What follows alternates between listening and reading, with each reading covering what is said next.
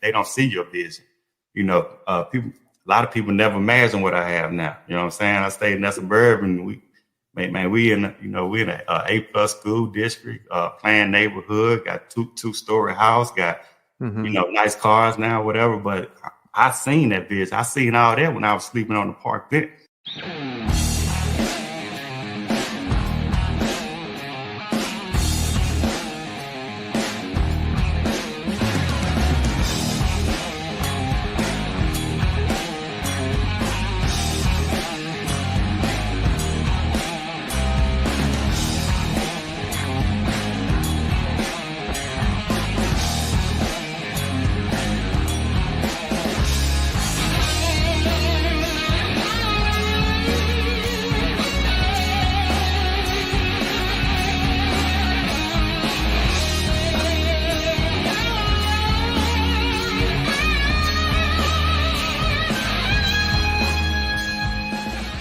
First, let me thank the sponsors of the podcast, helping get these awesome episodes out to you guys. So first up, we got VIZALOGIX. Have you ever had an annoying issue where you could have resolved it if you just had seen what the other person on the line was seeing? You could be busy, you could be taking calls from either your technicians or your customers, and it could be a nuisance call. It could be like a breaker that was turned off. They don't know how to turn on the system. Your tech is out there and they're trying to explain something over the phone, and you need to see it to help them out.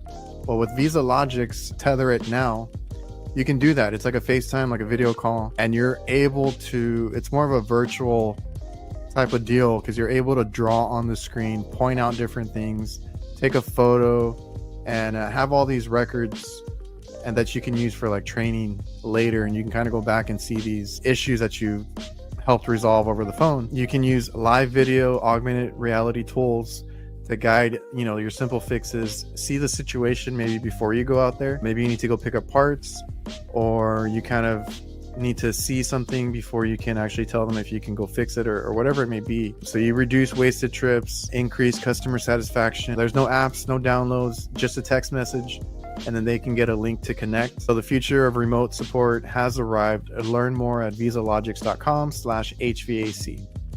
And with Jobber, that is a CRM that we use. So that is night and day. We used to do paper invoices and I hated it. I hated doing the billing. I blocked off a day to do it, and it just took up a lot of time. So once we switched over to Jobber, I don't really spend time in the office too much doing paperwork. A lot of this stuff is already digital in their system. I can schedule jobs, which is maintenance. It reminds me and it reminds the customer, all that is done in the software, automated. And then you can have really nice quoting, invoicing, and then send this out through email, through PDFs, customer portal, whatever you want to do to have the customer view it and then pay you online. And you can take payments with Jobber. It's a lot quicker than the old mail out a check, mail out the invoice, collect invoices in person, all that stuff. So check it out. Visit getjobber.com/reliablehvacr. You get a 2-week free trial. You get a really nice discount. Go check that out. I appreciate the sponsors of the podcast. Hola, what's up, everybody? Welcome back to the Reliable HVACR podcast. I appreciate everybody tuning in. If you're on YouTube, please make sure you're subscribed, like, comment, all that good stuff. If you're over on the audio podcast on any platform, please leave a review. Help the show get out to more people. And like I said, I appreciate you guys. So this is essentially the last show of the year. It's what I'm calling the season finale of season 1. So 2023 is basically over. We're here, and we had a really good run for season 1. And then when we start back up in January, that'll be season 2.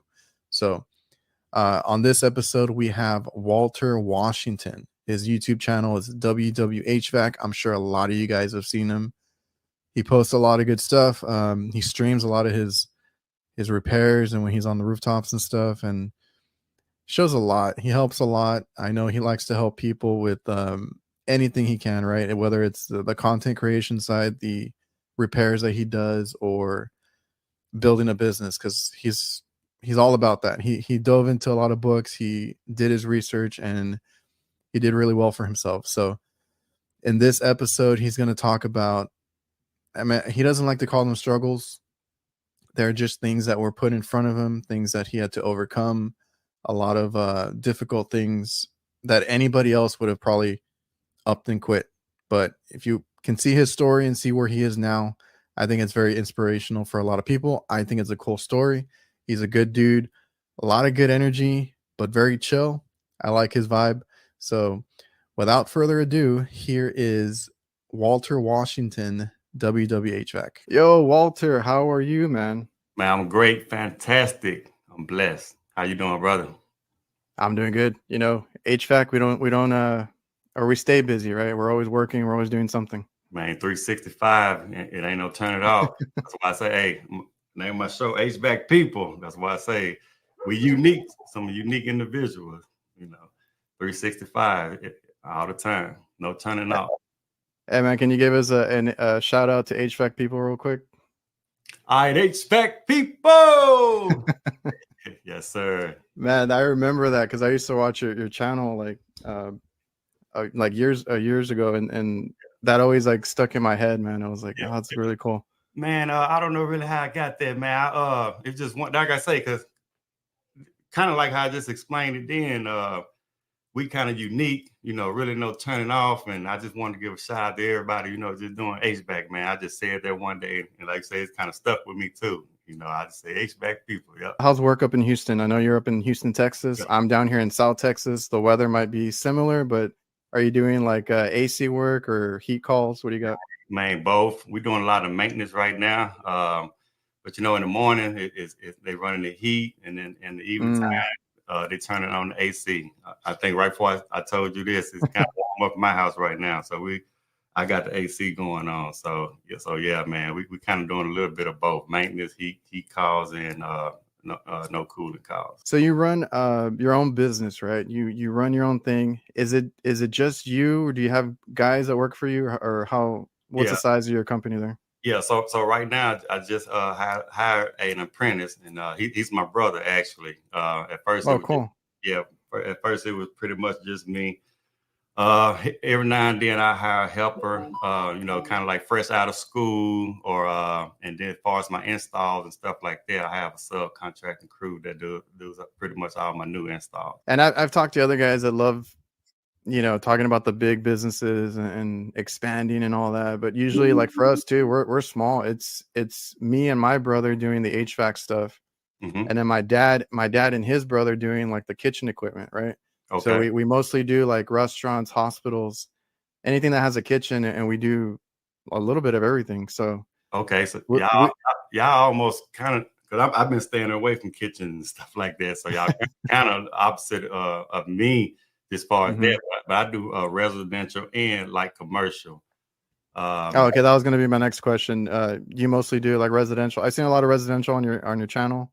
Yeah, and I had seen that you do some RTUs and stuff here and there. Right. So I pretty much do for myself. So really now I've been marketing towards more commercial.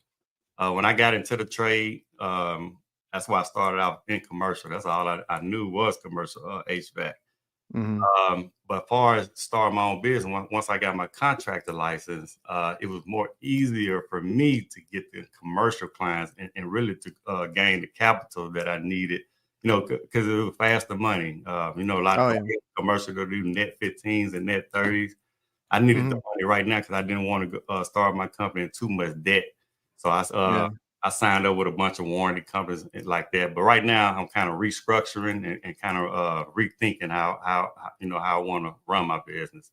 Do I want to keep it small or do I actually want to grow? Because I actually think I want to grow now, man, because a lot of business owners that start off as actually technicians, I think we have the mind state of let's just replace my income. And that's kind of how I started off.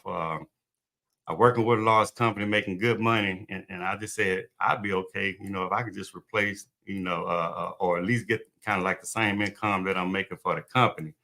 And there's really the wrong mind state to have. When I start off, okay, let's say if a company paying me $30 or $40 an hour, I'm like, okay, if I double that and pay myself $80 to $100 an hour, working for myself, I'd be doing good. That's pretty much replacing my income. But man, now that I've been in business, and I know how expensive it is to run a business, you know, as far as insurance and stuff like that. Man, you got to charge three, 4 times as much if you want to grow. If you want to actually have a retirement plan, you know, if you want to get new tires on your truck and you know not be out there dangerous because you can't afford tires because you're only kind of trying to replace your income and only charging you know just enough really to pay your bills and stuff like that. But if you actually want to grow, you really have to charge accordingly to expand.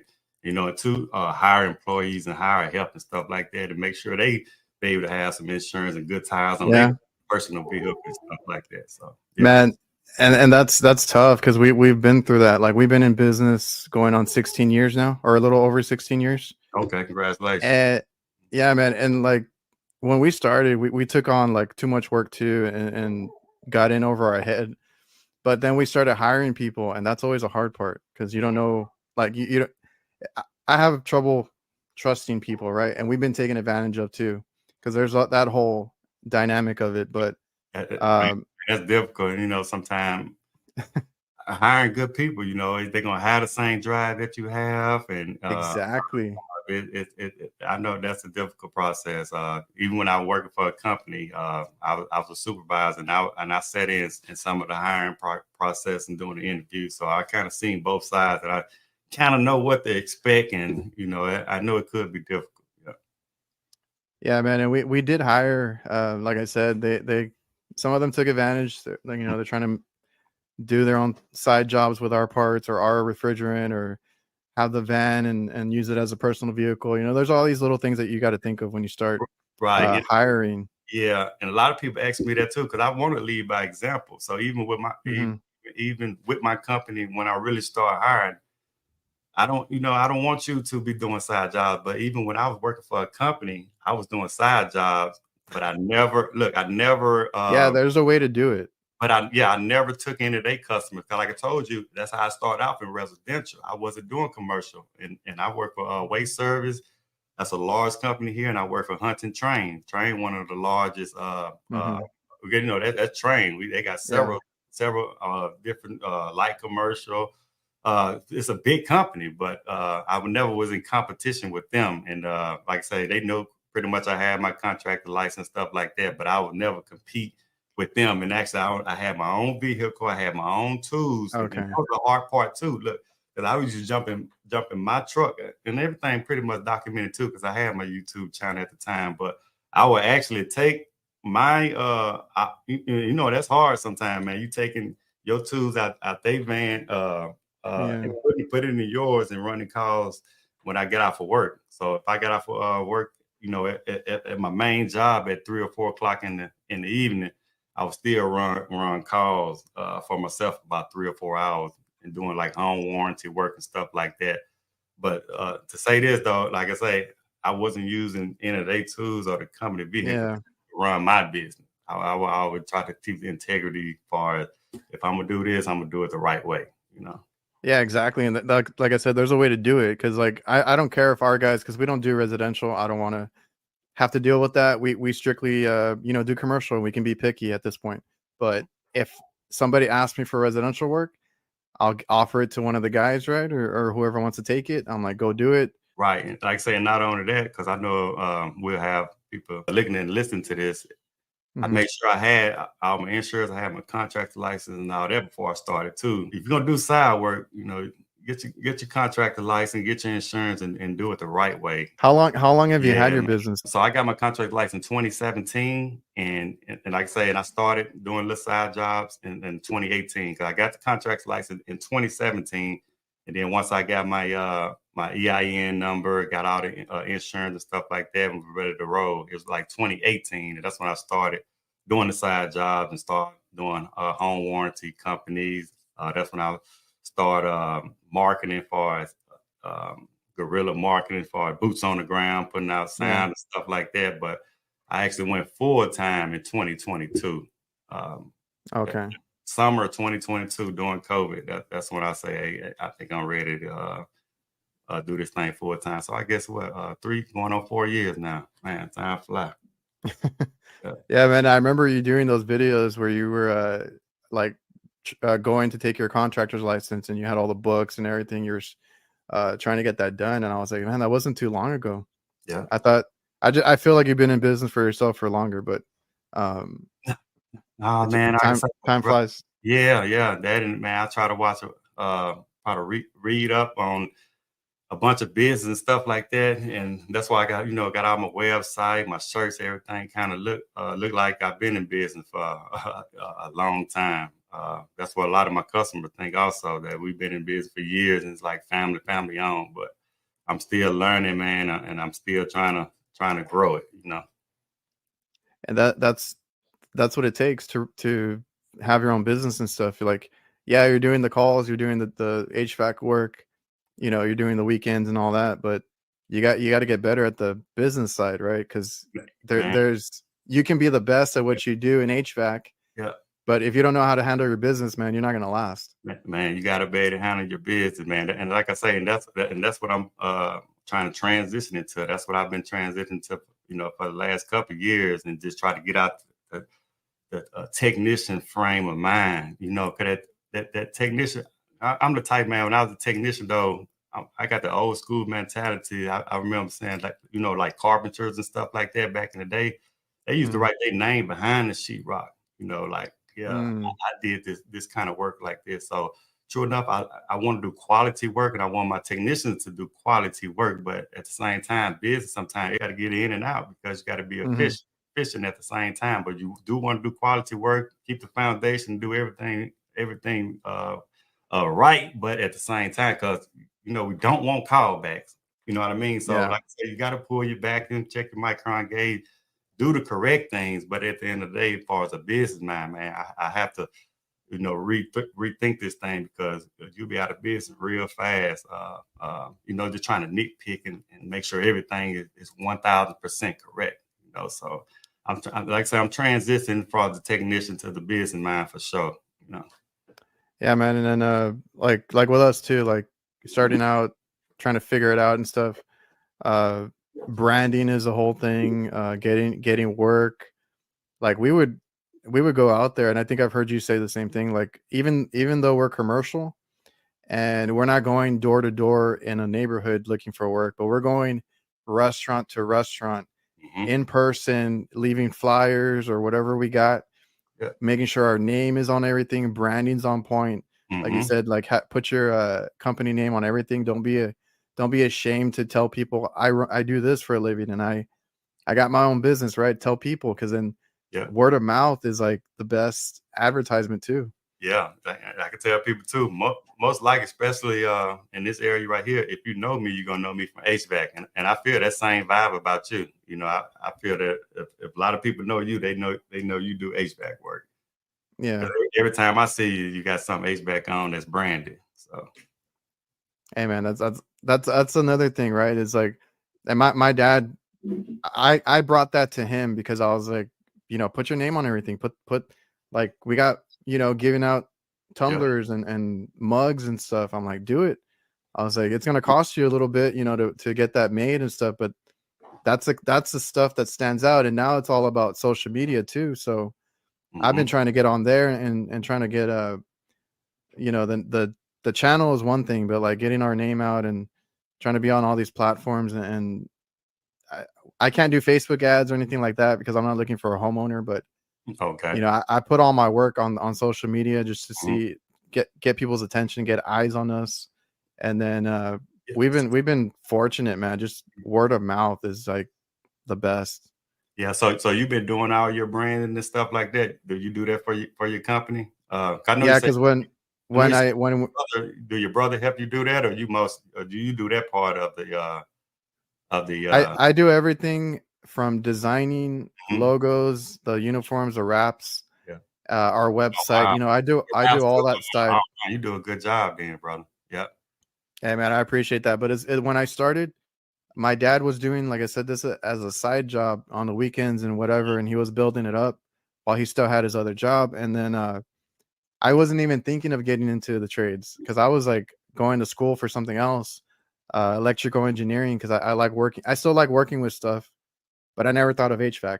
And I was going to college, and he started his business. I'm like, hey, you need some business cards, right? I went on the computer and kind of designed something, printed them out for him, and then I just kept going from there. Then we did flyers and we did brochures, and then he needed uniforms and the wrap and all that. So I've always been on that side just because I'm good at computers and Photoshop and that kind of stuff. So got that going for him, and then later on, I was like, well, you know what, maybe let me try this HVAC thing out, and then I got into it.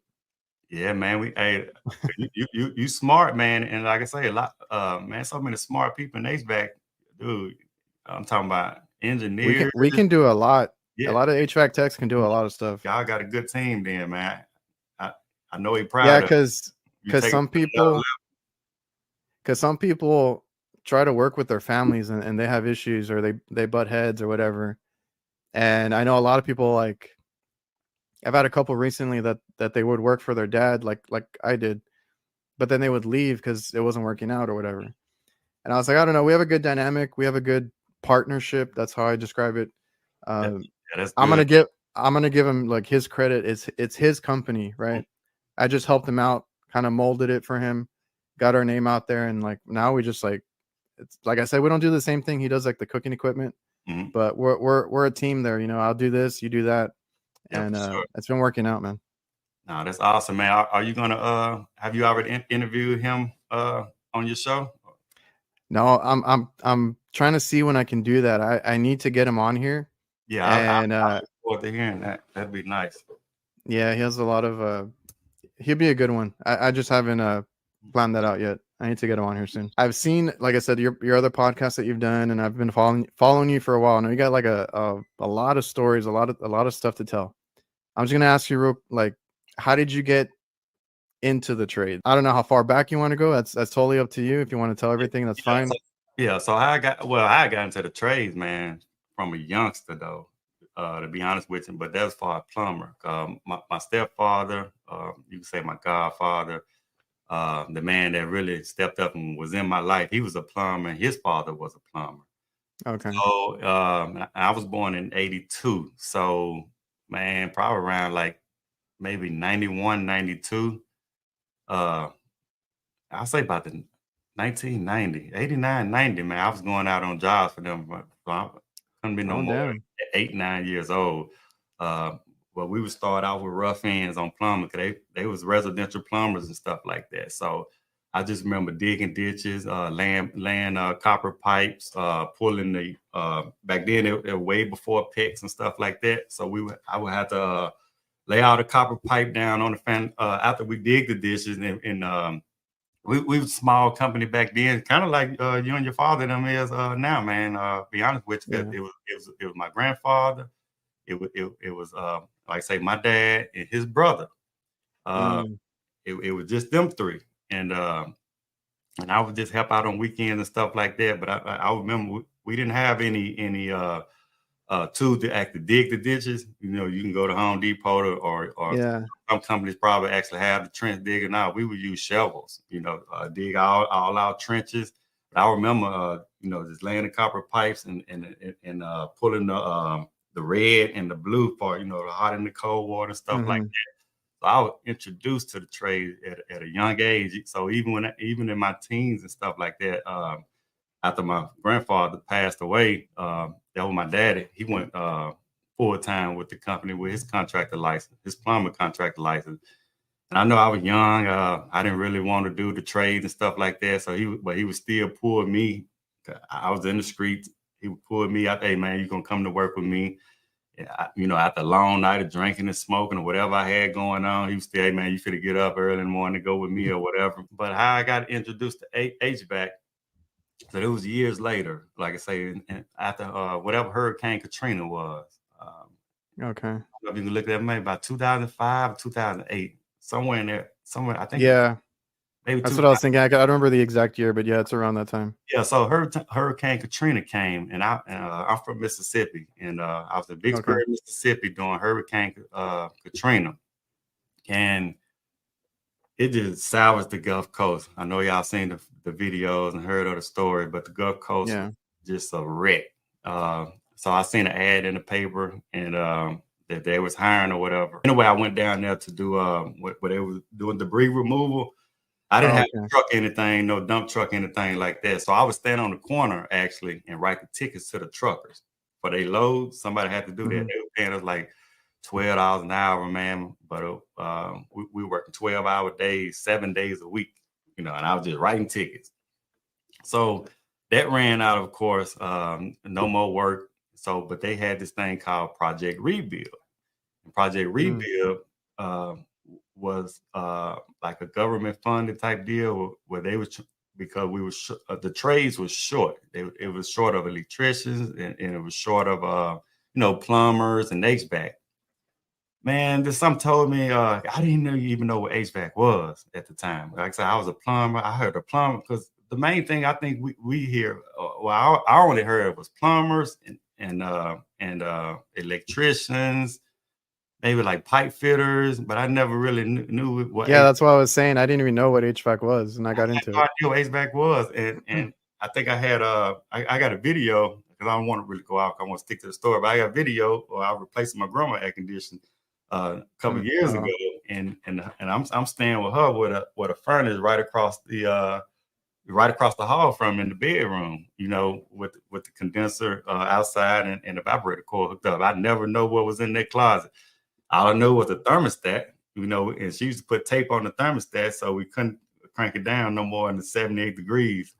Yeah. Never knew about HVAC, but I seen HVAC.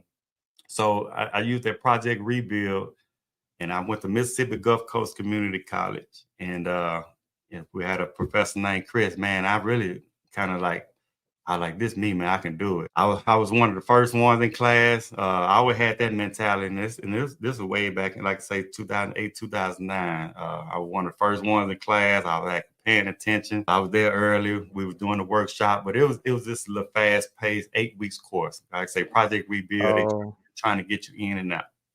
That was quick. Yeah, to get your foot in the door. Even with the Project Rebuild course, I didn't have my EPA at the time, so I was still studying to get my EPA license, and I didn't have a GED at the time. So I don't want to use the excuse. Like I said, I don't really want to go in a tangent also, but that's fine. You got to think about it like this, because I'm saying now that was my mind state then when nobody gave me an opportunity. Now I start reading books and personal development books and stuff like that. Man, I really would overdose on stuff like that, really to get in a whole nother mental state. You know, I really worked on myself real hard, man, day in and day out. Like I said, man, if I'm gonna make this move, you know, I got to be a better individual. So that's why I'm big on personal development, because I just feel if we handle what's in, it's going to kind of show without another somebody going to, you know, give you opportunity. So I got all that together, man. Like I said, I loaded my truck up and moved to Houston. It still took me a year before somebody gave me an opportunity. Waste Service gave me the opportunity in 2012, and like I said, I never looked back. So after you moved to Houston, you had to kind of wait it out. Yeah, man, I still waited out. I don't really want to name a lot of companies, but I would fill applications out with a bunch of companies, and but I wouldn't give up. And if anybody know my story, I was staying in my truck the whole time. I really didn't have any money in it like that. I said I would not fill out an application for something that I do not want to do. I done worked so many jobs, bro. I done worked, man, from grocery stores to warehouse, packaging egg cartons, labor finders, digging, like I say, digging ditches, busting concrete. I always been a hard worker. I worked on the back of garbage truck. You name it, I done did it all. From restaurants, washing dishes, cooking food. So was all that in Mississippi? All that was in Mississippi, yeah. So like I say, so when I got the text, I say, man, because the reason I say this because I could have easily went to McDonald's or something and got a job or went back to a grocery store or something like that. And somebody would have hired me, but I didn't want to get in that comfort zone. So I only would fill out applications for HVAC company. That was it. And I say, you were set on that. I was set on that, man. I said, I'll go back to Mississippi if I got to do something that I don't want to do. I'd rather just be around family. And when I say I was in my truck, all my family loved me. I could always, state with somebody, and they're gonna be looking at you, man. You need to get up and help out on some of these bills, because anybody take you in for a little while, be like, hey, A little bit, yeah. you can stay here for a couple of weeks, couple of months until you get on your feet or whatever. Then they'll be looking around because they don't see your vision. People, a lot of people never imagine what I have now. You know what I'm saying? I stayed in that suburban. We in a A+ school district, planned neighborhood, got two-story house, got nice cars now, whatever. But I seen that vision. I seen all that when I was sleeping on the park bench. You know what I'm saying? On the Gulf Coast, running 3 miles a day, and I know people was just looking at me running up and down that beach. But like I say, I was listening to Earl Nightingale, personal development stuff, Jim Rohn with my headphones in, running up and down that beach. Because I knew I was going, you know what I'm saying? And even when I got to Texas, even at that mind state then, I was planting good seeds, but I never imagined it was gonna still take me another whole year, almost a year and a half for me to land a job. But it was almost a perfect man. I say God working mysterious ways. It was the perfect situation for me to be where I am now. From Mississippi Gulf Coast Community College, the night that we were supposed to walk and graduate when they give you your diploma. Yeah. That's the night that I got in my truck and came to Texas. I still had a footage while I'm driving to Texas with everything in my truck. But that was the night I was supposed to walk. And the reason I didn't walk, because I was saying, man, I want more than this, And even when I got to Texas, I enrolled in Houston Community College and started. They had an engineering program. I started going to school for engineering. I was like that, I want to do it big, So when you moved over to Texas, you were still learning and educating yourself. Oh yeah. In the meantime, even though you didn't have a job or anything. Oh no, man, bro! I was at that school, man. I was at the Win Job Center after school, just filling out applications, and even at and when I say Win Job Center, for somebody that don't know what that is, that's like a employment agency around here in Houston, where you go and they try to help you find a job. But they would have programs and stuff like that to try to help you, be better at interviewing and stuff like that. But I stayed at bookstores. I had a gym membership at Planet for Fitness. Planet for Fitness at the time, when I joined the membership, they was kind of new, but they was kind of nationwide. And if you I joined them Planet for Fitness in Mississippi. And but I can use my same membership to go anywhere nationwide. And I found one local where I was, man. I was just kind of moving around like that from the Win Job Center to ACCs, because ACC have multiple campuses and stuff like that. And I would just ride around, fill out application interviews, stuff like that, man, until I got the opportunity. Yeah. Man, and you said you were living out of that suburban, right? You did that was that over a year? Yep. Yeah. So it was over a year, man. 1993 suburban. Yeah. That's crazy. That was 2011, man. Even if you went back and look at the weather then, I think that was one of the coldest weathers that we had in 2011, man. So it was some tough nights. I even my license was suspended. I went to jail during this time. And the lady, she was I think it was in Stafford, but I would stay at the Walmart parking lots. Okay. And I know it probably ain't got nothing to do with HVAC. This is my story. It's just your story. That's fine, man. Yeah. So, but I was staying in the Walmart parking lot and stuff like that. Walmart was staying before COVID. Walmart stayed open 24 hours at the time. Back in the day, Walmart used to be open 24 hours. Yeah. So I used to blend in a little bit, but every now and then a cop, man, pull over and knock on my window, search around, see what I'm doing. I think this lady named Rodriguez. This was her second time knocking on my window or whatever. But anyway, the second time, because she kind of seen what I had going on. I had ACC books and stuff like that, all kind of books and stuff. So she obviously knew I wasn't no troublemaker. But anyway, this second time, man, she ran my ID, and I didn't have license and insurance. All that stuff was suspended at the time. So I ended up even in jail for 2 weeks because I couldn't even afford to get out. And Texas have it to where I think I owed them like $1,400. In Texas have it to where you can sit out. They get like $200 a day to go towards your fine. And yeah, man, I had to sit it out. And then I was like, man, God he was tempting me, man, but I stayed strong because even I was telling the lady, I was like, ma'am, she was like, Mr. Watson, oh, I wish you wouldn't told me to run your license. And I was like, because she already ran them. Then by the time they ran them, it's in the system, and she had to lock me up. So they towed my truck and stuff like that. And I was like, man, and shouts out to her, man, because that lady got shot in the face. I think a couple years after that in a line of fire. But damn, she's doing okay now. But she's a good one. She gave me some words of encouragement. You know what I mean? But nah, man, that was a tough turn right there because I was like, man, I'm way up here trying to do what's right, and I'm sitting up here in jail. But those some tickets. Yeah. Man, it's you were living in your suburban, like you said, going around Walmart parking lots and doing what you had to, but it's not even easy for you to be doing that either. Like you said, the cops are always knocking on your door and trying to see what you're up to and stuff. I wouldn't change none of it, man. It was an adventure, so it got me where I'm here today. So, like I said, I'm blessed, really. That's a good way to look at it, man, because like anything that anybody goes through is what makes them the person that they are, right? Now, everybody, and I've talked, or I haven't talked to, but I've seen other guys that are doing very well for themselves too, like yourself. I mean, there's not a lot of them. They do prison time, that they have some issues in the past, but you can turn it around, and there's really no excuse, especially listening to what you've gone through.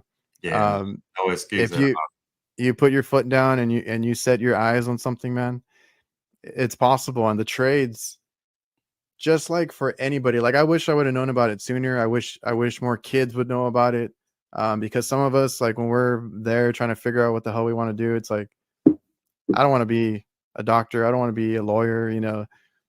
I'm good at taking apart things. And that was me, right? As a kid, taking apart stuff, learning how stuff works. That's what we do. And it's like there's a whole world out there for you, right? Trades.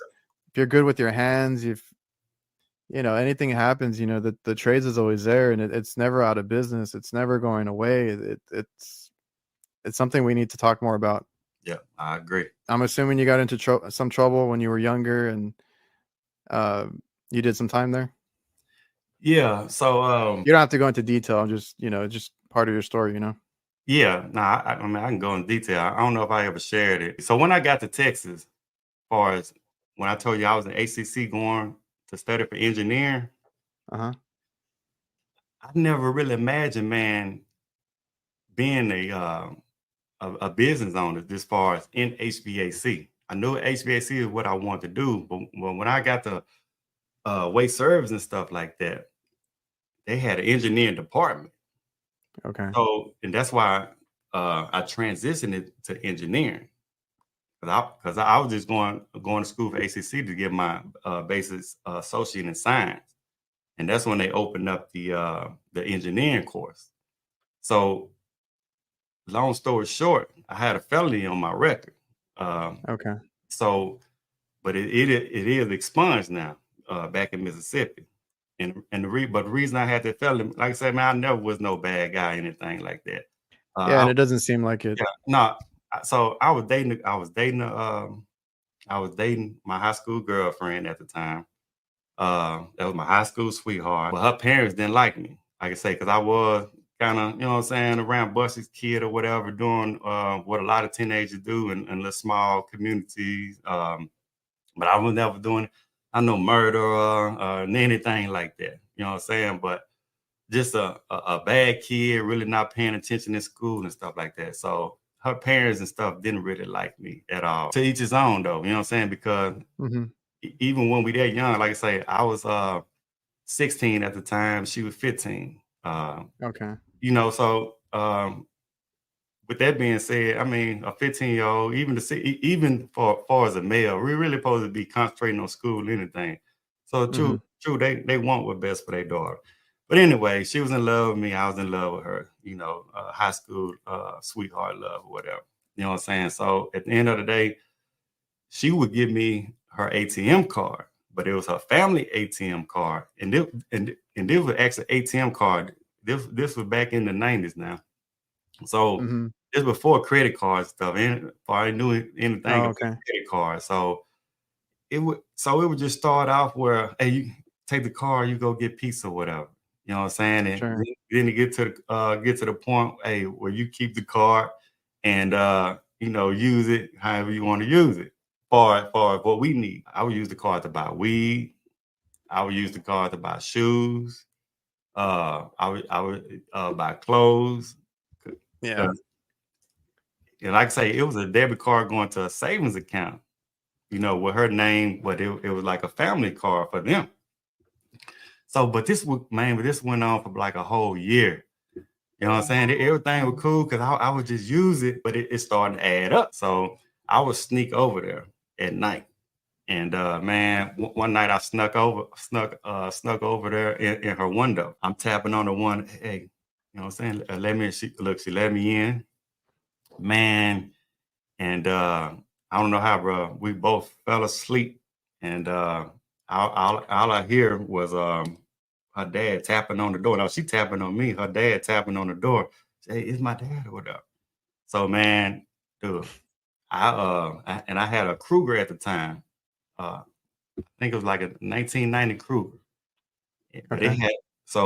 dude, man, I opened up the bathroom window, man. I ain't had none of my boxes on at the time. I just jump out the window, you know what I'm saying, scrape my stomach up a little bit, and I run to my Kruger. I ain't got no keys or nothing.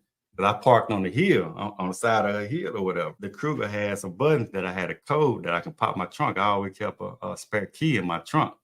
Okay. And man, and bam, bam, opened up the trunk, and all I heard was boom. The guy shooting the rifle and everything. He probably shooting it in the air or whatever. I don't know, man. All I know is I'm gone. So Damn. man, look, so I'm out of there, man, and like now I'm staying at my grandma's house, man, and like 2 weeks later, I'm at my grandma's house, man, probably about four something in the morning, and man, here come the police knocking on the door, boom, boom, boom, boom. My grandma come waking me up. Hey, Jeff, the officers out here want to speak with you. And man, that's when my whole life changed. Seemed like it. So anyway, we go down to the police station because I don't know what's going on. I don't know what they got me down here for. So And this is when you're like 16, 17, you said, right? yeah. So you're So just a kid. yeah, so I like I said, I don't know what's going on. Why they got me down here? So I go in and it was about 4 in the morning when they knock on the door. So now I'm sitting in like a holding tank for like 5 hours. And I found a deputy come and talk to me. And that's the first thing he said. Like he brought up my girlfriend name. And I'm like, what's this about? And he said, so tell me about this card right here, you've been using or whatever. I'm like, oh man, so this what this about. Man, they interrogated me so long in their room because I think, man, totally it's probably less than $1,000 I used, man. But they interrogated me so long that was my first time. I ain't never been into no trouble or anything like that. You know what I'm saying? Never been in the jail. But man, they like I say, and I did use the card. I'm guilty of that, man. But they made me pay what they almost coerced me. And that's how I look at it. You know what I'm saying? I even told the parole board this because it's later down the road after I got convicted or whatever, you know what I'm saying? Later down the road, because I pleaded guilty, you know what I'm saying? But I was coerced, man, from every dime they used on the card from like January all the way to a whole year. Everything, every transaction. Oh, they're trying to get you for everything. Oh, every transaction. I'm talking about what her father was making. I'm talking about he paying his bills with every transaction. Damn.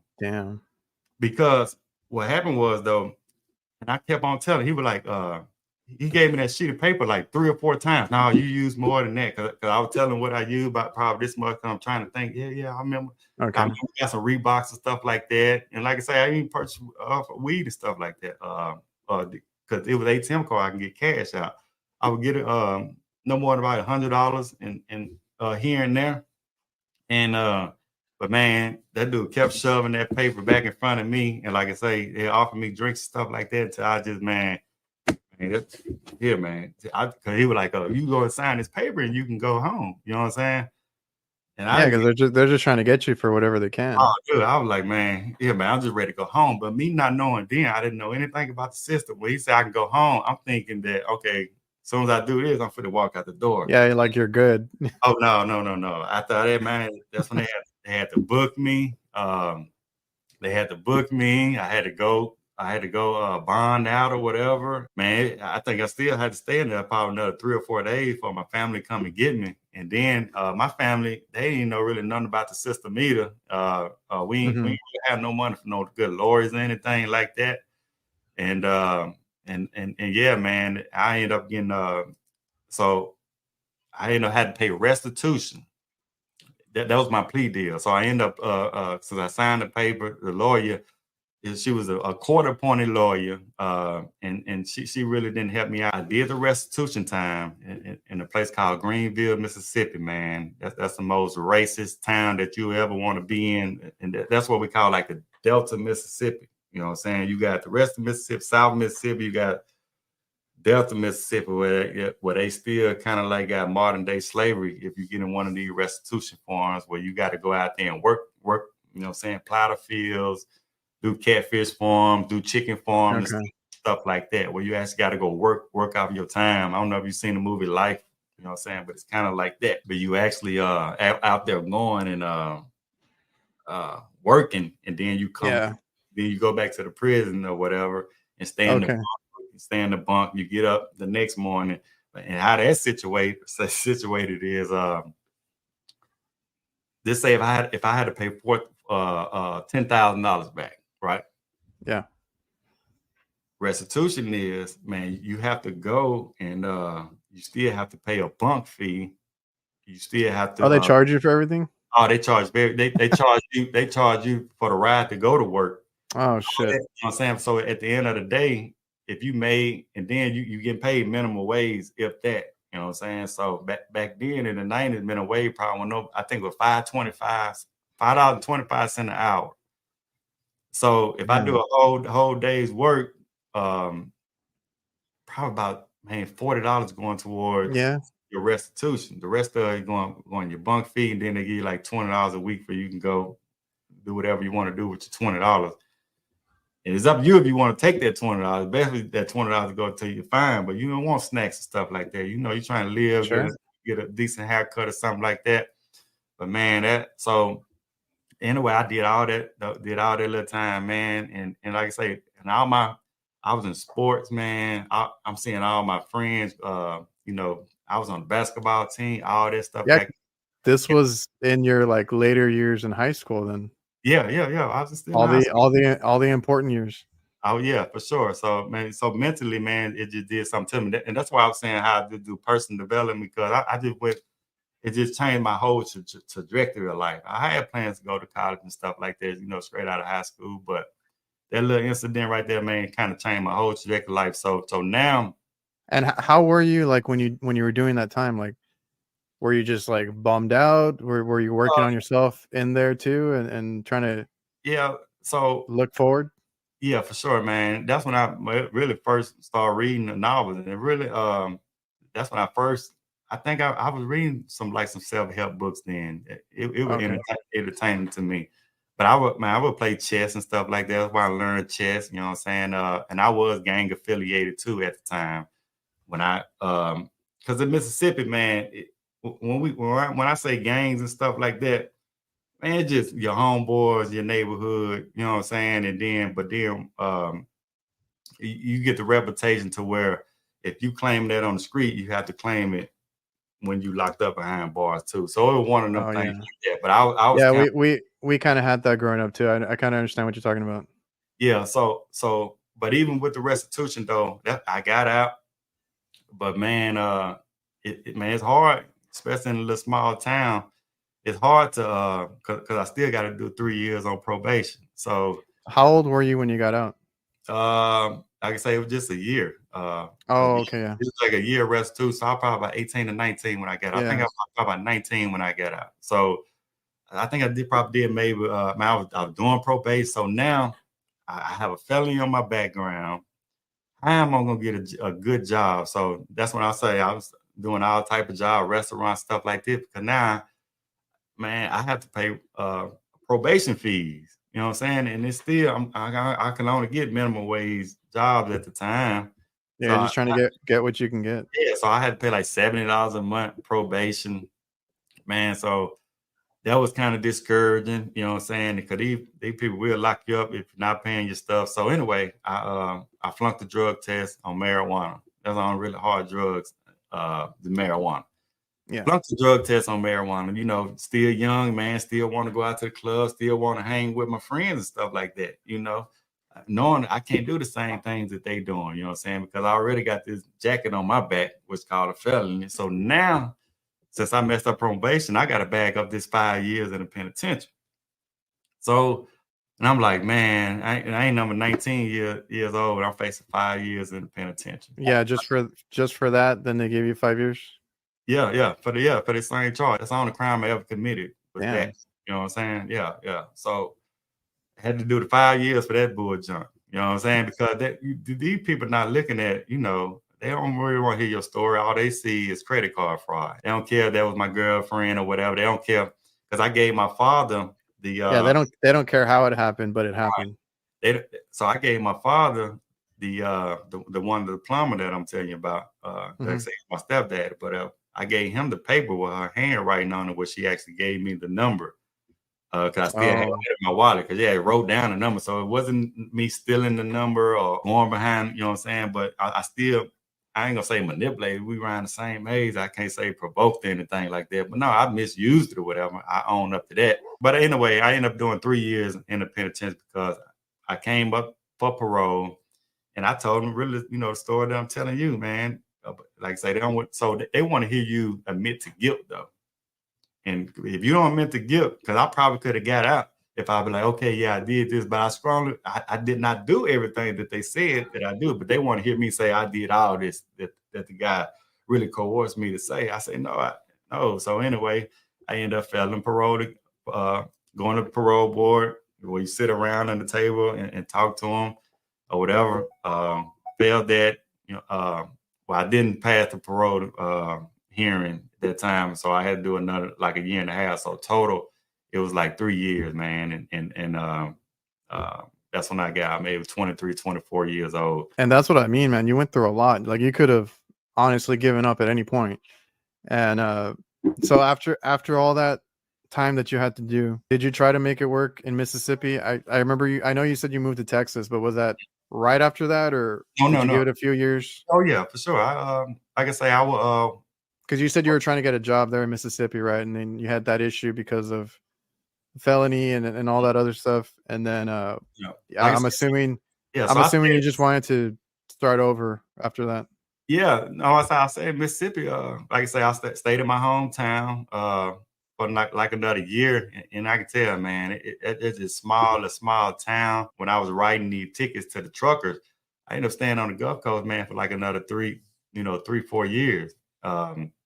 Oh, okay. Yeah. I stayed on the Gulf Coast for about 3 or 4 years. I can say it was just hard for me to get a good job. You know what I'm saying? I was holding I worked at a grocery store for like 2 or 3 years, stocking shelf. But I moved my way up.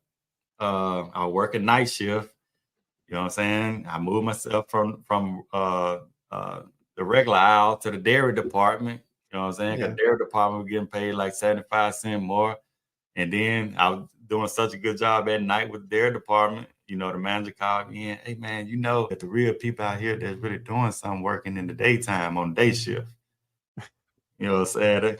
So anyway, convinced me and talking me to get into the day shift and work for that for a little while. And then they had this thing called Deepwater Horizon, man. And that's so Deepwater Horizon was an oil spill on the Gulf Coast, and these pallets would go and float up on the beaches, and they would need people to come pick them up. So I seen that, and I told him, I say, man, I'm finna go work for the Deepwater Horizon. Now I've been with the grocery store for about 2 years, about two and a half, maybe 3 years. Called Food Giant. So I would work for them. Well, anyway, I told him, man, I'm gonna go work for Deepwater Horizon. He's like, man, that's a temp job. This is where your future is right here. You can grow and be a man. And I'm thinking in my head, dude, you can't be making no more than about 25, 30. You know what I'm saying? Because this the head manager. I'm thinking in my head, you can't probably be making no more than 25, 30,000, man.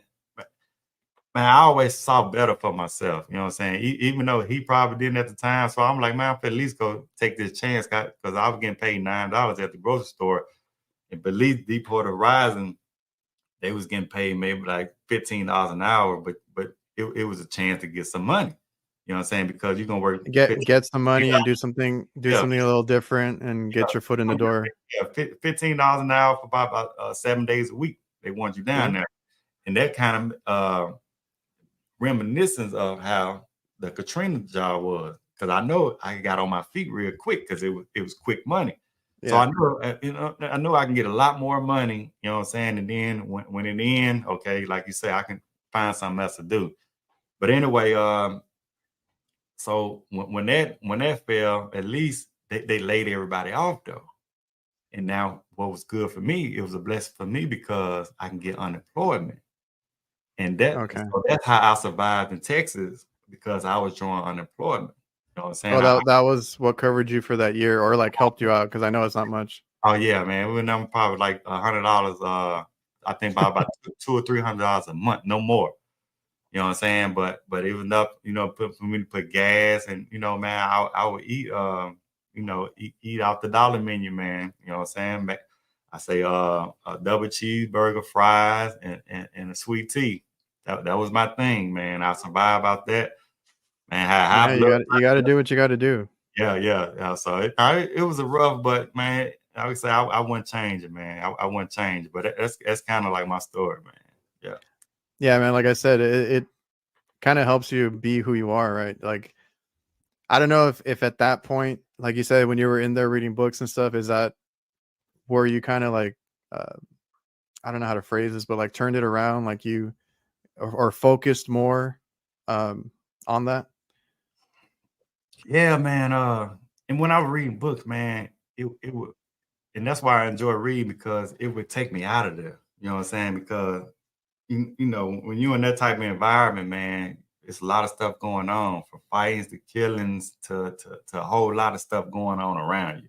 Yeah, I can imagine, man. But man, that was my escape. And I would read novels and stuff like that, and I would actually put myself, in those stories, in those shoes and stuff like that. But the books, man, definitely helped as far as uh, uh, mental development. I See You at the Top by Ziglar, and Mhm. that's what he talk about, stinking thinking, because you gotta imagine everything that I seen. That's why I say I overdose on self development and books and stuff like that. Because in one of those books in the penitentiary, I remember the quote was, "An idle mind become a dumping ground for junk." You know what I'm saying? And that always Yeah. stuck with me, man. So I would really just if I experienced all that, you know Mhm. what I'm saying? From the cursing, bad language, a lot of stuff that I've seen in life that young people should not see, you know what I'm saying? Mhm. All that garbage, you can't just change that overnight. You know what I'm saying? No. So that's why I say I have to work 10 times as harder, you know what I'm saying, to replace that. I always say too, you know what I'm saying, if you have a negative thought, you got to replace it with something positive. So I got to just put more of this positive stuff in my mind, positive stuff to kind of overload all that bull junk that I had to go through. I didn't really have nobody just telling me, what I could be or how you can do it. So I really would find my heroes and stuff like that off those self-development books. They actually telling me now you can do this, you can change. Really like the Earl Nightingales and the Jim Rohns, man, even the audio books and stuff like that, I started really implementing them things. There's one thing to read a book and just say somebody can say, because Earl Nightingale say, try for 30 days. You know what I'm Mhm. saying? Just try, and I seen, man, my life improving when I actually started implementing and putting some of that stuff. It used to be weird. Zig Ziglar got in his book, wake up every morning and say, it's going to be a great day. And I remember saying that, and people wake, waking up looking at me like I'm crazy. And he said that in the book, the people around you gonna be thinking, that you're kind of weird and what's going on with this guy. And man, like I said, man, I just thought, just implementing the things in that book, man, and it helped me. No, and that's a good way or a good thing for you. Like you said, nobody was there hyping you up or trying to tell you or motivate you. A lot of that was self-motivation, and you got a lot of those out of those books, for sure. So then you wanted to get a fresh start in Houston, right? You said you looked at a few cities. I will say I think Texas is one of the busier ones for like HVAC in particular. Yeah. I'm sure you understand that now. Oh And yeah. how did you get your first job over here? Because I can imagine that must have been. I know, like you said, you were here for over a year, probably applying to company after company. Like, Right. So, how much of a struggle was that just trying to get your first job? oh man, it like I say, and when I say I would probably fill out an application for every company around here. And like I said, I was getting interviews. The universe just gonna open doors for you when you have a positive mindset and you really you have a goal though that you're going to achieve. You're going to achieve. And to me, my faith in God, my faith in Jesus, man, he always he gonna put me in the right position. So even when those doors went closed, even when people wasn't giving me the opportunity because he knew that wasn't the right opportunity for me. But he was going to let me make the decision. Not only them make the decision, he was going to let me make the decision. And the reason I say that because the whole year that I couldn't get no job, when Waste Service called me right before that, man, 2 jobs called me at the same time. The first one was a guy wanted me to come work for him to do duct work. And he was going to pay me $18 an hour. And I'm like, okay, yeah. We about to get it started. You know what I'm saying? He was going to give me the job, $18 an hour, and then Waste Service call. It's almost the same day. A couple of days later, I had interviews signed up, ready to roll. Both of them, I was ready to go. Yeah. And, man, but their residential company running duct work, and then $18 an hour, he was going to hire me. And then with Waste Service, Mr. Lovejoy, he started off as a technician and he was the service manager at the time. Man, I kind of told him my story. I was up front with everybody. Yeah, I got a felony, but I got my GED. Like I would read books on, how to conduct yourself in an interview, man. And I told, I wanted that job, and he seen that I did want the job. But anyway, the commercial service job, right? Commercial job. And he told me, since you ain't got no experience, we're gonna start you off at $8 an hour. Mind you, this 2012. And I'm knowing, this right outside of minimum wage. Okay, I got my EPA license, I got my Texas TDL technician certification. I'm thinking about $8 an hour, but he was like, man, you're gonna be in front of a lot of different equipment. We're gonna start you off at maintenance. You're gonna be around with some technicians. Be working, split system, chillers, rooftop unit, telepacks, ice machines, man. Whatever was in that building, is gonna have you working on it, right? Yeah, commercials, everything. And that's why I say God gonna let me make the decision. You know what I'm saying? You're gonna take this quick money right here. True enough, you're gonna be in HVAC, or you're gonna take the high paying job, or you're gonna take something really, to me, more sustainable and going ready to grow my career. Because I think if I'd have started off with that, the ductwork job, that's probably what I still would have been. I ain't gonna say still what I've been doing, but I wouldn't have been a well-rounded tech as I am now. You know what I'm saying? Because I've seen so many different things, Yeah, because I hear that from a lot of guys too that start off in installs or ductwork or something like that, and they actually struggle to go to service or any other aspect because they weren't taught that, when they started, and that's all they know. But so you turned down a very good paying job at the time. Yeah. For a lower paying job, but you were just thinking about your future the whole time, right? I was just thinking about you mapped it out. It was just, that's why I say I wasn't thinking that far in the future, far as where I am now. Yeah. I could say because I still had my felony at the time. Okay.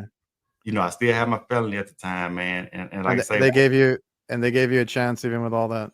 He gave me a chance with all that. You know what I'm saying? Because I told him, I was up front with him. Hey, this is what I have. They run the background check or whatever. Life don't reveal the back of the book. You know what I'm saying? Mm-hmm. When he gave me that opportunity, I told him, I won't let you down. I'm gonna be the first one. And I was still staying in my truck at the time at this interview. I'm still staying in my truck. And remember I tell you, I went to jail for my license and stuff like that. So oh yeah, my man, even when I got the job, like 2 weeks later, he called me in the office. He say, your license suspended, right? And I'm like, man, it's just one of them down moments, like I can't win for lose. And so you're getting the job, and it's like, I got the job, you know what I'm saying? Because if you're an HVAC guy, you know what I'm saying, you need to be in a service vehicle. They want to put you in the van to ride around and do stuff. So, but he told me, man, that guy helped me out so much, man. He was like, well, this we're gonna do. He said, don't worry about it. He said, you're just gonna ride with somebody until you get it straight. So, but I'm still staying in my Suburban at the time. He don't know this. Don't nobody at the job know this, man. I would stay at this place called the Arena Theaters in their parking garage. I would stay up in there. And when I say first one, last one to leave, I ain't got nowhere to go anyway, really. You know what I'm saying? Back to my Suburban. So I would be there about I would get my modern refrigeration handbook. Okay. You know what I'm saying? Cause Lovejoy, man, his work ethic was some serious. He would be there like 4:30 in the morning. You know what I'm saying? So that was cool with me. Damn. He would be there like 4:30 to 5 in the morning, all the way to 7 at night. Man, so it's almost perfect for me, man. And he seen that drive in me. You know what I'm saying? He didn't really know I was homeless at the time, but man, I would drive up there like 5 in the morning, and I would open that book, and all the other technicians, they would get there like 7 and 8 o'clock, between 7 and 8.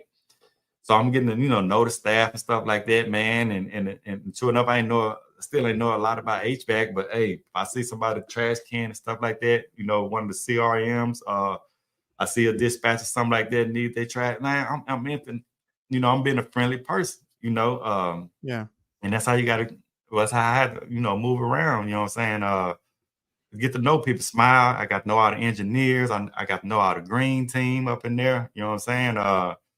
So everybody liked me there too. I forgot where I was going with this, but like I say, I used to be the first. But that's a good point. I always tell people, like, network, whether it's in your own company, network with other trades. Mm-hmm. You go to the supply house, parts house, like everywhere. Just you never know. And then, like, for me, we deal with restaurants, so like talk to the cook, talk to the host, waitress, waiters, because you never know if somebody will recommend you or they're gonna move up, or anything like that. So don't just work on the equipment and leave. Get to know people and stuff like that. But like you gotta be a people person. So even with that, like I said, I had to get my license and stuff straight, man. He was like, I'm just gonna get you to ride with somebody. So all my money, I only making $8 an hour. Everything that I had, I would send it to Mississippi to get my license cleared, because Mississippi had a hold of my license, so I could not get a Texas license. I paid like $1,400 because I was like, man, I got a job, I can get me an apartment. But I had to put that on hold. So I still, even with that job, I still end up a whole another month before I can actually save up enough money to get me an apartment. And I got me an apartment not far from where I was working there for the commercial company. That's awesome that he helped you out. Yeah. For all that. Still took you in, like you said. Yeah, because you made the point about, like, they just want to put you out there in a truck, right? Get you out there. Like, that's how you're making the most money for them. But like he kind of helped you out, stuck it out and got you in there. Did you? So before that, I know you said you did a little bit of schooling here and there, crash course. You had your book. You didn't have any actual HVAC experience, right? Was that your first HVAC job? My first HVAC job, yeah. And how long did you stay with them, or did you stay with them the entire time? Oh yeah. Oh no. I stayed with them for 5 or 6 years, and then that's when I went to Hunting for like a year and a half. Summer 2019, I worked for Hunting a year, but that's when I went out on my own after that. I started full time 2020. So I stayed with them about a year and a half, but I stayed for Wade for like 6, 7 years, and Wade, like say, ended up, starting filter, didn't know nothing. Like I was telling you, ended up being a supervisor for them. They helped me get my contractor license. Oh, that was the company that helped you get your license. Yeah. Because I only worked for 2 companies since I've been here, and that was Okay. Waste Service and Hunting. Yeah. And how was it learning on the job? Like how did it take you a while? I know you already had previous Yeah. like plumbing work and all that other HVAC courses you had. So I was like a sponge, man. Like especially even with them 2 weeks when I'm around with somebody, people they didn't mind either, man, because I'm sure some people, they want their space or whatever, but I didn't want to be a liability to them. I didn't want to be a burden to them. So anything they need, I wanted to help them out the best way I can. If this man carrying a tool bag for you, let me rope all the stuff up. I want to make your day easy as I can. I'm gonna try to find out how you like to teach. People is different. I don't want to nag you. I don't want to get on your nerves or anything like that. I'm gonna try to find the best way, man. But everybody for waste service, bro. I'm talking about all the technicians, man. From day one, all of them, man, was so willing to help me out, though. And all of them, I'm talking about when I say wasn't holding anything back. Okay. So I would take all that from them because I know, you can be in some situation where people don't want to help you out, man. But I was not in that case. But I know the reason for that because they wasn't doing everybody like that. But the reason they was doing that for me, man, because like I say, the self-development that I did, you know what I'm saying? Okay. The way I worked on myself, I was likable. You know what I'm saying? You have to be likable because don't nobody really have to give you that knowledge. So I tried to be likable. That's a big point. Like I know I mentioned it for work, but like just being a people person, like you said, with your coworkers, people that are essentially going to train you or have the knowledge that you can get from like your peers and stuff. Like you got to be likable. You got to be a people person all around. Like it's going to benefit you, and just in life in general. I mean, Yeah. I've always looked at life like that. Try to be on, I guess, like everybody's good terms, good side. Treat people the way you want to be treated, all that good stuff. So I'm assuming you asked a lot of questions, you did all this. Did you get to do hands-on stuff right away, or did they kind of make you wait? They would put me in this class called Larry Guru. He retired now. A lot of people in Houston know Larry Guru, but I would still take night class and stuff like that too now. Don't get me wrong. So even when I was working 10 and 12 hours, and that's what I love about weight too, man. They had so many accounts. You know what I'm saying? I could work as long as I wanted to. So I would get a lot of overtime. So even if I was getting $8 an hour, it would turn to $12 an hour. Okay.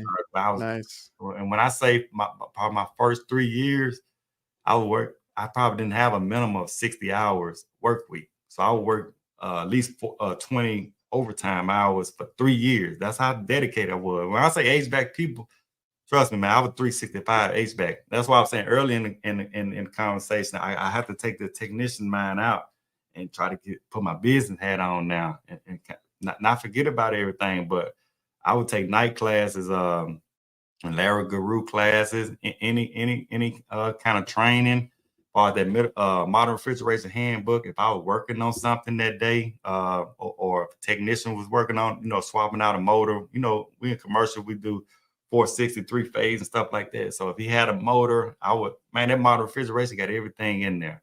Oh yeah. And you know what I mean? So if I was working on that, that motor or something, I would go and read about that motor, you know what I'm saying? And be ready for next time.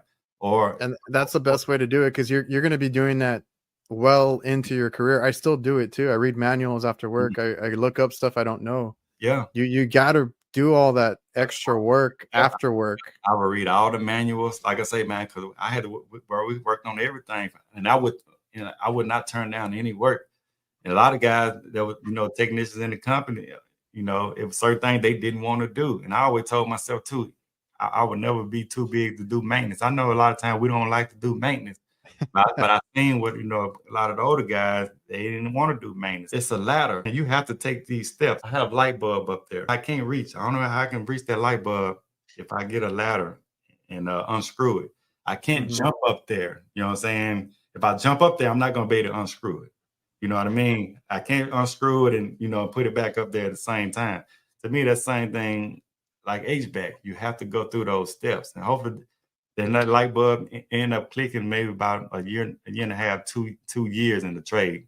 But yeah, I wasn't on the ground running like that. You know what I'm saying? I would mess up stuff, man. Yeah, it was some scary moments at the time. you know, chasing down capacitors and stuff like that, and actually bump the capacitor with my hand and get shocked, or Yeah. you know what I mean? I'm working on ladder. You know, commercial, man, we be in dangerous situations sometimes. Wasn't good at schematics at the time. And so now I got to trace my wires instead of reading the schematic and go right to the end where it's at. So now I'm trying to trace all my wires and stuff like that. And accidentally clamped the wire, and luckily it wasn't my hand. And they put a big old hole in the wire cut. And I'm Oh, talking I've about, done that before too, man. ooh, and I'm getting down hard beeping like this, but little stuff like that. No, I gotta learn schematic. I need to be able to turn this power off, or you know, and trace this circuit down. And there's no shortcuts or anything like that. Like you said, you work your way up, and that's what I try to tell people, because I get a lot of people that ask me like, "Hey, I'm trying to get into it," or like they're looking for their first job, or they got their first job, and they already want like the high paying stuff, and I'm like, doesn't work like that. Like, this trade gives you so much, and it will take care of you, right? You'll put food on your table, and as you're seeing it too, like, you're gonna get all these luxury things later, but you got to work your way up. And I always tell people that, like, just get into it, get your foot in the door, see if you like it. The money will come. You have to go the extra mile, and I always say, man, it's another Jim Rohn quote.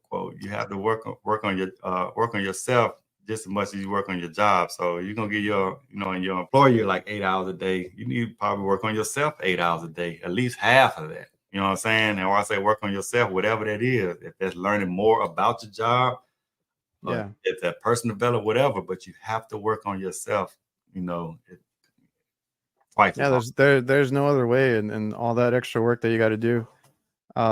So that company helped you get your contractor's license. You said you were there for like 5-6 years or whatever it was. Mm-hmm. So that's your first HVAC job, how or when did you decide that you wanted to get your license? Was that just kind of like Right. getting it for yourself, or did you have a plan for that? And when I was saying life don't reveal back of the book, but if you just take care of today and do the right things today, you know what I'm saying? You don't know what door is gonna open up for you. So man, like I say, because it's a lot of people that get a felony early on. They're like, "Oh man, I got a felony now, forget it," and they really stay. Yeah. They stay in the streets, and they just start picking up more crime, or just fall through that tunnel. I thought that was gonna be on my background for the rest of my life. You know what I'm saying? But one day, you know, working for Wade for like 3 years. Now I'm actually earning money. Like I say, I work a bunch of overtime. Now I'm actually be able to save some money. Wade had this thing called Legal Shield that we can sign up for and to take out our check. They take it out of our check. And it's probably like $10 a day because we get a discount. So Okay. well, $10 a week. We got paid weekly. So Yeah. they actually Legal Shield. And our buyers, I'm still with them to this day. I pay them like $500 some for my business. That's how I get my lawyers and anything like that if I ever run any kind of problems. But that's how I got introduced with Legal Shield, because sometimes way bring people in, you know, like 401k plans. I would get 401k. I call a lawyer, man, and they contacted one in Mississippi for me because that's what my felony was. And the lady was like, yeah, I'm looking through it now. It's not responsible. She was like, and I'm like, man, discouraged or whatever. But I'm like, okay, you know, I'm all right. You know, I got me a good job or whatever. You know what I'm saying? You know, I'm going to school. I ain't really tripping. But bro, before I hung up that phone, she was like, hold up, Mr. Washington. Give me a minute, man. The phone stayed silent for like 3-4 minutes. She was like, it looked like they just passed, because I got a nonviolent crime. So she was like, Yeah. Mississippi just passed a law to where you know, the felon that I had, it was expungable, man. So I got everything sealed. There's nothing on my background anymore. So I can say that kind of opened more doors for me. I can do really whatever I want to do. I can get my contractor license if I want to. I can fill out an application anywhere I want to fill out an application at. But once I got that expunged, man, I was like, okay, now I'm finna go study for my contractor license test. Talked to Way about it. They actually paid for my classes to take the courses to study for my contractor license. That's kind of how that worked, man. Awesome.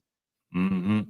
Yeah. So you once you got that taken care of, you're on your record, that kind of just like motivated you to do more. Oh yeah, for sure. Like I say, because you got to think about, even in business, man. I even started out with like home warranties and stuff like that. I mean, you can't do work like that without a contractor license. Really, you can't do Oh yeah.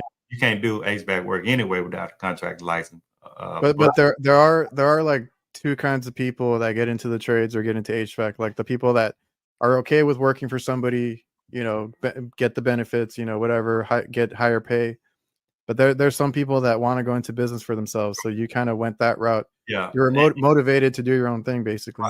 right. Because like I say, like I was saying earlier, my father now, even my biological father, his father, man, my last name Washington. We always been entrepreneurs. You know what I'm saying? My granddad owned auto mechanic shops. He owned grocery stores. He was the first black man in Vicksburg, Mississippi, on a gas station. Up until his dying day, man, he was selling ice machine out the until he couldn't get around no more. So even he had cafes, man. He was selling ice and stuff like that. So that entrepreneurship was always been in me. And like I was saying earlier, though, even with my other side, my stepfather's side, they don't have their own plumbing company. He still had his own plumbing company back in Vicksburg, Mississippi today, Smith Plumbing. Like you say, you have people that, want to work the 9 to 5, want to work for a company, enjoy the benefits, stuff like that. That's cool because entrepreneurship is not that easy. I know people watch us post videos, stuff like that. It's a lot involved, and it's really 365 now because yeah, man, like there's the whole business side. You got to get in line first, and then you open your business, right, in whatever it is that you do. And like you said, 365, I mean, we have gotten it under control where we're kind of like off most weekends, right? We're not going crazy or anything, but the beginning is the hardest part. You're working 7 days, 365, like you said. You're working long hours. You're building up your customer profile. Your all that you're working on. Yeah. And you got a lot of ups and downs. Like we've had issues where like I said, we took on too much work. We went up and down. We weren't making money at one point. We had too many people on our payroll. Like all that you learn as you go, because you're not going to know everything when you start, man. It's a whole other beast. Yeah, a whole nother ball game. Like I say, if you working with a company, man, hey, if something go wrong, you're gonna get off and you just go to sleep at night. Oh yeah. Get back up in the morning and face it the next day or whatever. But when you're a business owner though, you gotta put those fires out. You know what I'm saying? You gotta handle everything. You gotta know how to handle like angry customers, all that stuff. Good customer service. Like I say, man, I got that's a big part. Yeah, almost 100 reviews, 5-star reviews. I only have one-star reviews, and that's from a customer that I really couldn't do nothing about. He didn't want to pay something that he agreed to, but little stuff like that, you still have to be professional and respond to that review because people are going to see your response. So you can't, get angry, through text, stuff like this. So it's a whole lot, that we definitely got to deal with. I enjoy it though. At the end of the day, I just enjoy like building and really want to see it grow. Also, as far as I think I made a video the other day, man. You got to trust the process, and right now, I'm the process because it's going to be we have goals and stuff like that, but I enjoyed the process of it. So even when I was learning the technical side of it, you know what I'm saying? I enjoyed. I honestly enjoyed it, man. I enjoyed changing those filters out. I was always enthused about changing the filters, washing them coils out, taking my time, washing the coil. I wanted to do it right. I want to do a good job, and man, and I can tell people, especially when you first get into the trade though, that light bulb gonna click, you know what I'm saying? But why that light bulb out, just enjoy, the dark until you get man. That's what I tell people too. I always tell people like it took, and I've used that term before too, like it clicks at one point. And it just took longer for me. I'm not gonna lie about it. Like the first couple of years, I didn't like. I liked it because we're fixing things, taking apart things, but I wasn't super into it. And then it took me a couple of years or a few years, and then I started really enjoying what I did and dealing, like you said, with the whole customer service because I didn't like that part when I started. All that stuff grew on me, and then like now it's like I love what I do. I don't mind going out even on like the after hour calls or the weekends. every now and then, yeah, you got like some plans that you might have to hold off on, or you can't make it to some stuff like that. That sucks. Like there's no way around it. But Yeah. for the most part, if I ain't got nothing to do, man, I don't mind working. Man, if you treat the customer right and you do a good job, I say I don't do a lot of callbacks. You know what I'm saying? Now, all of us gonna have callbacks sometime, but I know if I do it the correct way, that make me sleep at night also. You know what I'm saying? Because when I do take shortcuts, I'm like, man, I hope this don't happen. Because I know I didn't. You start thinking of everything that Yeah, you forgot yeah, or could have gone wrong. exactly. You know what I'm saying? But 9 times in this HVAC though, you just stick with the fundamentals. If you install it the correct way, or install a part the correct way, or troubleshoot it the correct way, just take and it. Yeah, and it like some of the stuff that we were talking about, like it only takes a few more minutes or whatever it is, like right, double check things and stuff like that, because I'll tell you, like you don't want callbacks. It's like one of the worst things you can get. You get that drip in the ceiling, you know, especially I do a lot of residential, man. Oh yeah. You don't want to see the drips in the ceiling. So little stuff like that, you want to just make sure you got that kind of stuff right, because stuff like that can hurt you, man. You're in people's houses. You got to respect their house. You got to, treat everything the best that you can.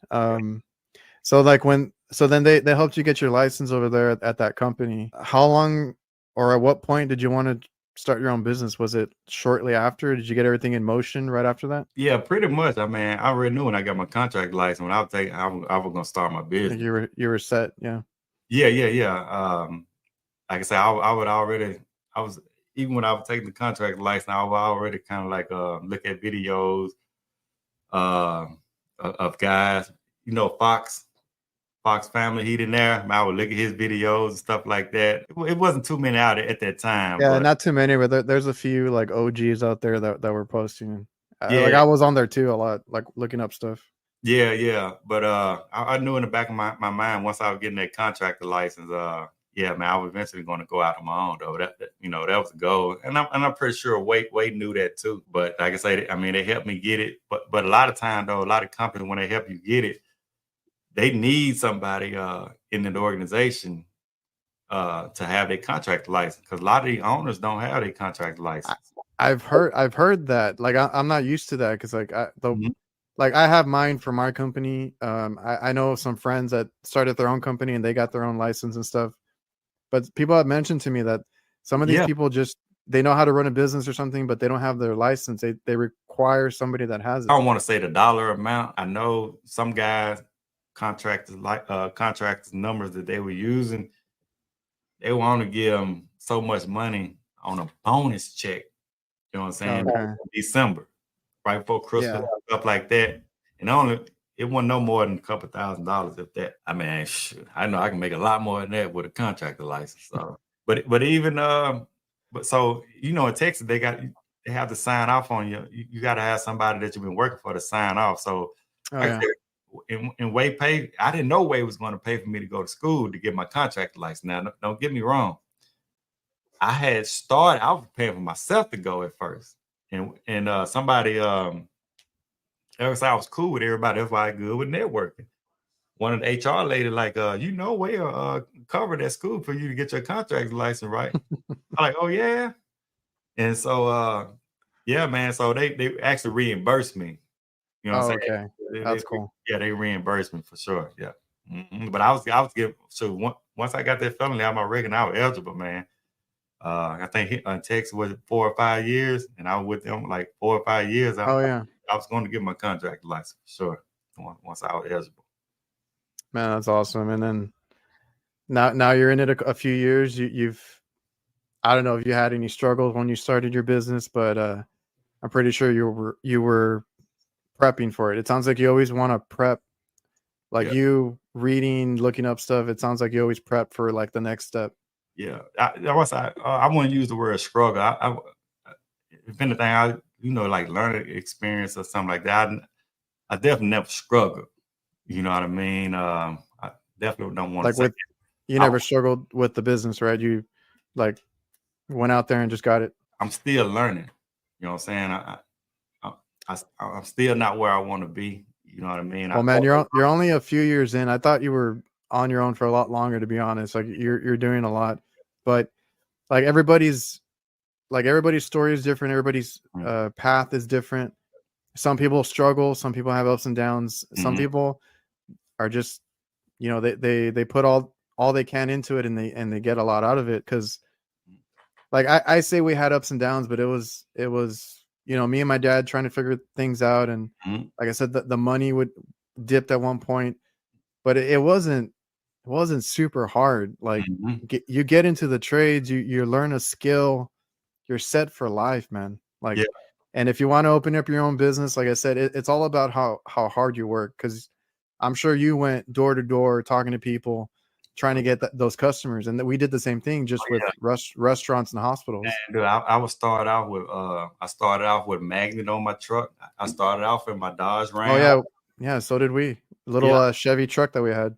Yeah. So when I got my contractor license too, I had a Challenger, clean, man, leather seats, had the rims on it. I just got married.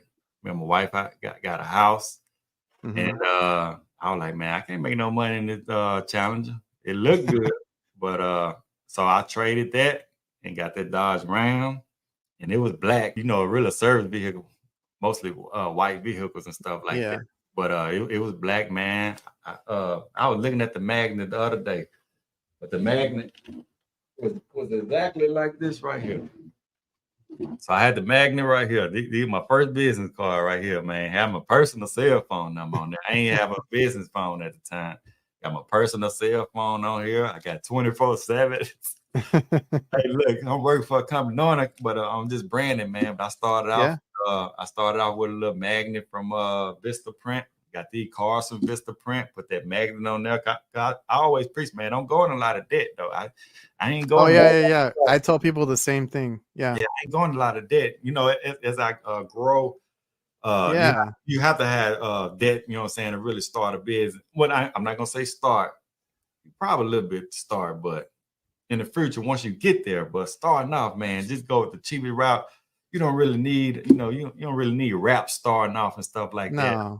But I started off, man, bandit signs. I would put bandit signs up because I would watch a lot of lawn care guys. That would put me on because those are entrepreneurs, man. Like the Keith Kelfis. I used to watch his channel, man, how he was getting out there grinding. He did lawn care, but I would get bandit signs.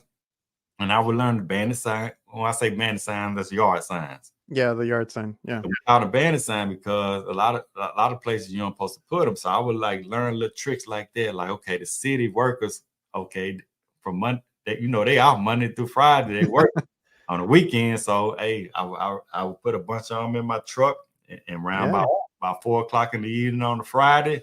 I'll go set them around town because I already know they're going to snatch them up Monday morning, but I'll put them in the good spots. Sometimes they'll leave them.